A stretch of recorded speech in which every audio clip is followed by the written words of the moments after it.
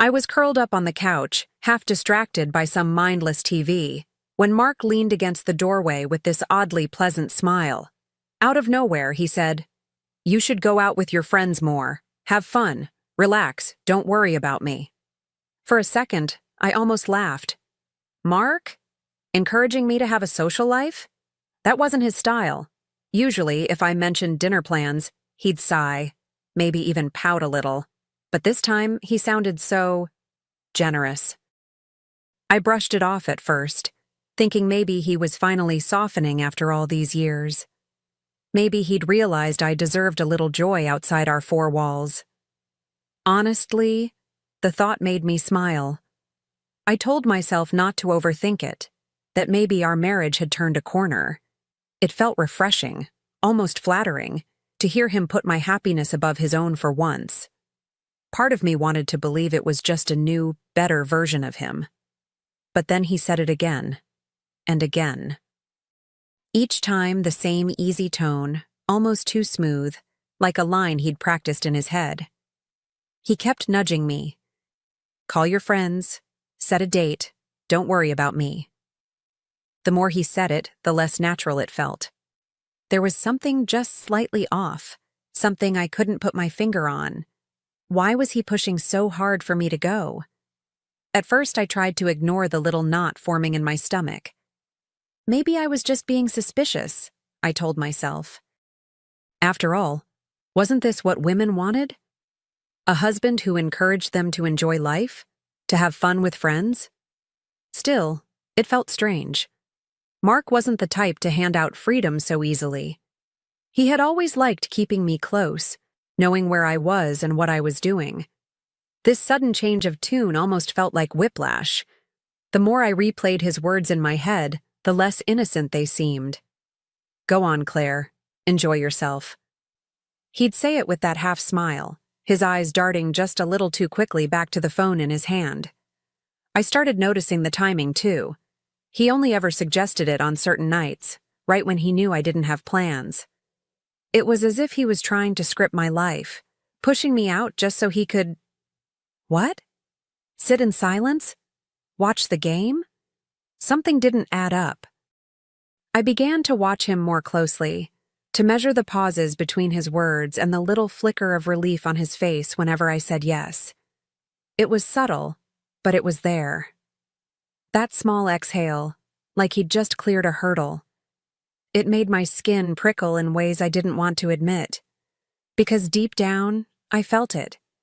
This wasn't about me needing more fun. It was about him needing me gone. One night, as I slipped my shoes on by the door, he practically hurried me along, pressing the keys into my hand with that too bright grin. Go enjoy yourself, Claire. Don't wait up for me, he said, like he couldn't get me out fast enough. That was the moment the knot in my stomach tightened. I remember pausing, fingers frozen around the doorknob, thinking, since when does my husband want me gone so badly?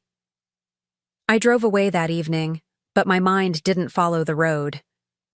It lingered back at the house, replaying his tone, his insistence.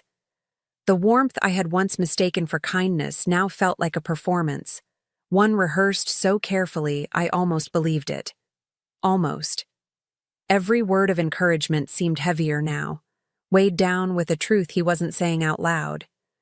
And once you feel that kind of shift, you can't unfeel it. By the time I returned home, the living room looked exactly the same, the TV humming, his shoes kicked off by the couch.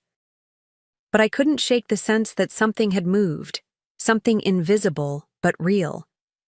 That was when I started to wonder, if he wanted me out of the house so badly, what exactly was happening while I was gone? It started with the smallest things, the kind of details you almost talk yourself out of noticing. One night, I caught a faint trace of perfume in our bedroom. Not mine, not any scent I'd ever worn. It clung to the air like an unwelcome guest, sweet and heavy, impossible to ignore. I stood there, frozen, the hanger still in my hand, wondering if maybe I was imagining it, but deep down, I knew better. Then came the wine glass.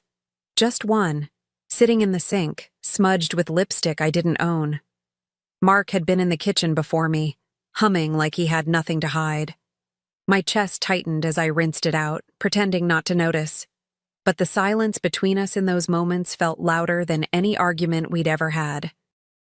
I couldn't look at him without seeing questions stacked up behind his eyes.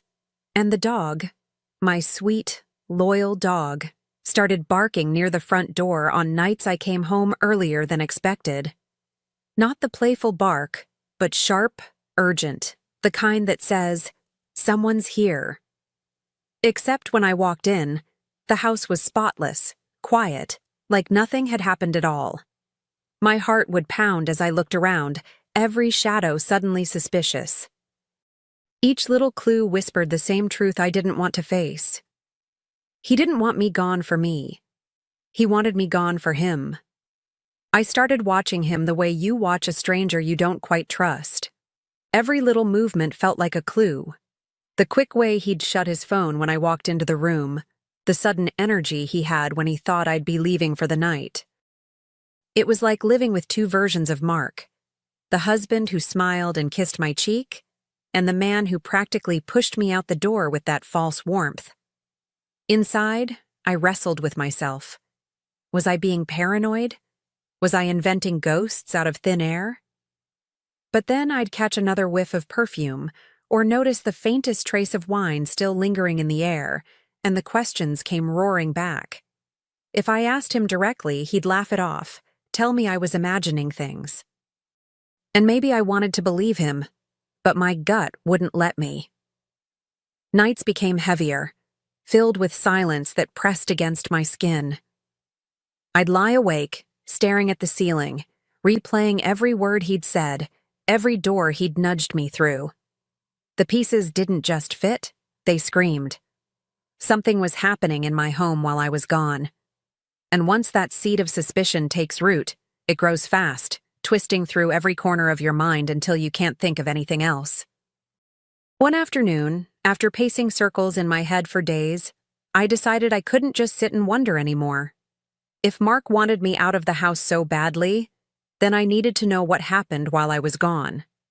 My hands shook as I ordered a small hidden camera online, something discreet, easy to tuck into the living room without him ever noticing. The thought alone made my stomach churn, but so did the idea of living blind to the truth. When it arrived, I waited for the perfect moment, Mark distracted in the garage, the dog curled at my feet, the hum of the dishwasher covering any sound I made. I slipped the camera into its spot, angling it toward the front door and the couch. My heart pounded, a mix of fear and determination. It felt like crossing a line I could never step back from, but I knew I had to. That night, as he once again encouraged me to go out and enjoy myself, I smiled, kissed his cheek, and pretended to leave. But for the first time, I wasn't walking away empty-handed. I was walking away with a plan, and I had no idea just how much that little camera was about to change everything. That evening, I did what I always did, grabbed my purse, slipped on my jacket, and let the door close behind me. But instead of driving across town to meet my friends, I circled the block and parked a few streets away. My heart thudded so hard I could hear it in my ears. Sitting there in the dark, engine off, I felt like a stranger in my own life. A woman spying on her own marriage, desperate for answers she already feared. The hours dragged on like years. I stared at my phone, fingers trembling as I opened the app that connected to the hidden camera. At first it showed nothing, just our quiet living room, the glow of a lamp, the shadow of the dog pacing. I almost convinced myself I was wrong, that I'd gone too far. But then I saw him. Mark, opening the door with a grin so wide it made my stomach twist. And she was there. A woman I'd never seen, walking in with a bottle of wine like she belonged. The way he leaned in to kiss her, tender, practiced, intimate, told me everything I needed to know. My hands shook so badly I nearly dropped the phone. In that moment, it wasn't just betrayal. It was confirmation. All the little pieces I'd been collecting fell into place with a single brutal click. I couldn't breathe. Watching them move through our home, was like being trapped in a nightmare I couldn't wake from. They laughed, poured wine into glasses I had washed with my own hands, settled onto the couch where I had sat only hours earlier. Every brush of his hand against her skin felt like a knife, cutting deeper than I thought possible. I pressed the phone to my chest, as if hiding it could somehow shield me from what I was seeing. Tears burned my eyes, but anger rose hotter, sharper. I wanted to burst through the door, to scream, to shatter the lie right there and then. But something inside me stopped. Maybe it was pride, maybe it was survival. But I knew one thing. If I confronted him now, it would end in shouting, excuses, and his twisted version of the truth. He'd find a way to turn it back on me, to make me question myself all over again. So I didn't move. I let the fire settle in my chest, shaping itself into something steadier. I wiped my face, straightened my shoulders, and stared at that screen until every second burned into my memory. If he thought he could betray me in silence, then he didn't know me at all. I wasn't just his wife. I was about to become his reckoning. When the video ended, I sat in my car staring at the black screen, my hands still trembling. The night outside was silent, but inside me, a storm was raging. I thought of every meal I'd cooked, every birthday candle I'd lit, every promise he'd made while looking me in the eyes. All of it shattered in the span of minutes. The weight of betrayal pressed on my chest, heavy, suffocating, but under it pulsed something else. Resolve. I drove home later than usual, careful to make it look like nothing was wrong. Mark was already asleep, his arms stretched across the bed like he owned the space. I slid in quietly beside him, staring at the ceiling while he breathed, blissfully unaware that I knew. The silence between us that night wasn't emptiness anymore. It was power. Mine. Because I had seen enough to end our marriage right then and there. But I didn't want an ending whispered in private, tucked away behind closed doors. No. He had chosen our home as the stage for his betrayal, and I would use that same stage to expose him. I lay awake, eyes open, planning. And with every passing minute, the shape of my revenge grew sharper.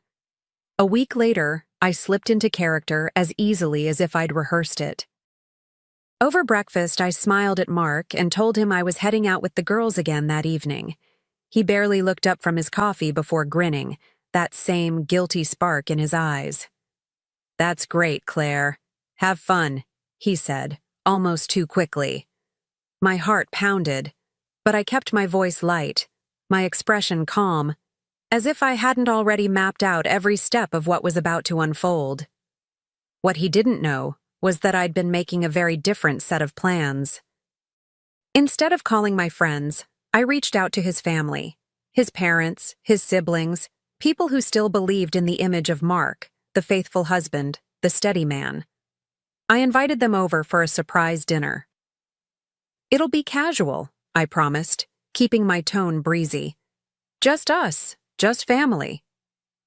They agreed without hesitation, touched by what they thought was a thoughtful gesture. That night, I set the table with care, every plate gleaming, every glass polished. My hands shook not from nerves but from anticipation. I imagined Mark walking through that door, arm around the woman he thought he could hide forever, only to find his entire world staring back at him. The same house he had turned into a place of betrayal was about to become the stage for his downfall. The clock ticked louder than usual that evening, each second stretching out like a drumbeat. His family arrived one by one, their faces glowing with curiosity. "What's the occasion?"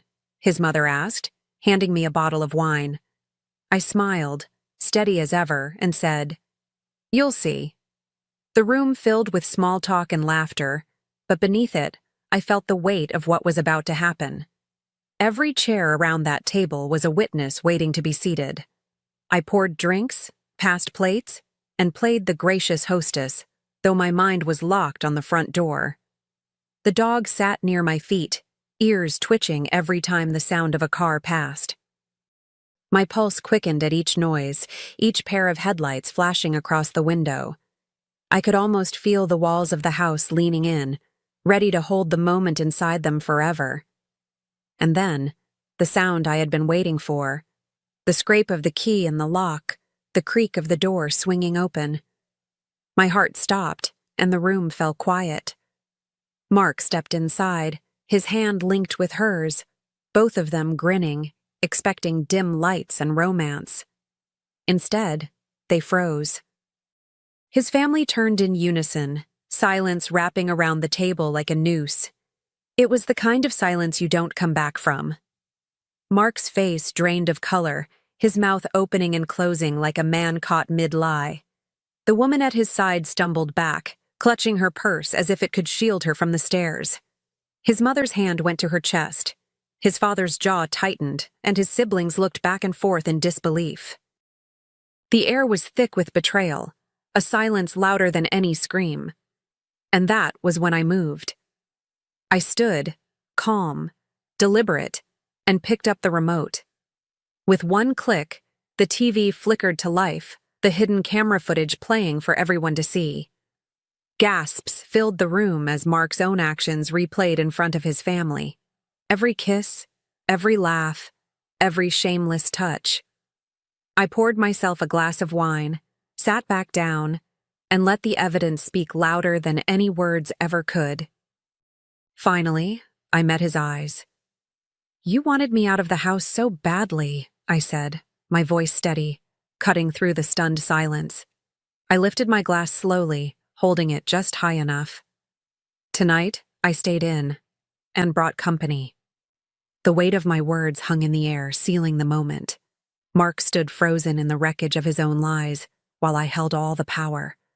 The moment shattered like glass. His mistress bolted first, clutching her purse and muttering apologies no one cared to hear. She slipped past his stunned family and disappeared into the night. Mark stammered, reaching for words that didn't exist, while his parents sat frozen, their eyes wide with shame. The man they thought they knew stood exposed in his own living room, stripped of every excuse. And me? I'd never felt more steady in my life. He tried to reach for me then, his voice shaking. "Claire, wait. It's not..." But I didn't flinch. I set my glass down, folded the napkin neatly beside my plate, and turned to his family instead. "This," I said softly, "is what's been happening while I was out." Their silence was answer enough. The disappointment etched into their faces burned deeper than any anger I could have unleashed. It was the kind of judgment that leaves no room for escape. Mark's father finally spoke, his voice gravelly with rage. "How could you?" His mother wiped her eyes, unable to look at him. And in that moment, Mark wasn't a husband, wasn't even a son. He was just a man caught in the wreckage of his own lies. I didn't scream, I didn't argue. I simply stood, collected my things, and walked out of the house that would no longer be his kingdom. The very next morning, I met with my lawyer. No hesitation, no second guessing. I wanted everything in writing, official and permanent. Divorce papers were filed before Mark even had a chance to crawl out from under the shame. To my surprise, his own family stood behind me, offering words of support, even promising to testify if needed. It was as if they, too, were reclaiming something stolen by his deceit. Calls from him poured in, one after another, buzzing through my phone like a desperate swarm. I didn't answer a single one. I didn't owe him my time, my explanations, or my tears anymore. He had taken enough from me, and now his words had no power. Each ignored call was its own small victory, a reminder that silence can be the loudest rejection of all. I stayed in the house, the place that had once felt poisoned by his lies. The settlement made it mine, every room reclaimed, every corner washed clean of his shadow. At night, I slept with the windows open, letting fresh air sweep through, breathing freedom into walls that had once witnessed betrayal. For the first time in years, the space belonged entirely to me. Not us, just me. Weeks later, my living room looked nothing like the battlefield it had once been. The table that had held his downfall now held bowls of snacks, glasses clinking, and the sound of laughter spilling into every corner. My friends filled the space with stories and music, the kind of easy joy that doesn't need to hide behind lies. The dog curled happily by my feet, finally at peace, as if he too knew the storm had passed. I watched them, my chosen family, and felt something I hadn't in a long time: freedom. No second guessing, no waiting for the other shoe to drop. Just me, surrounded by women who lifted me up, the kind of laughter that heals wounds no one can see. I raised my glass, not to toast what I'd lost, but what I'd found again: myself. And as the night carried on, I thought of Mark's words, the ones he'd repeated so often. You should go out more. He was right, in a way. I did go out. Not to bars, not to girls' nights he never cared about. I went out of his life and I never looked back. Out. Forever.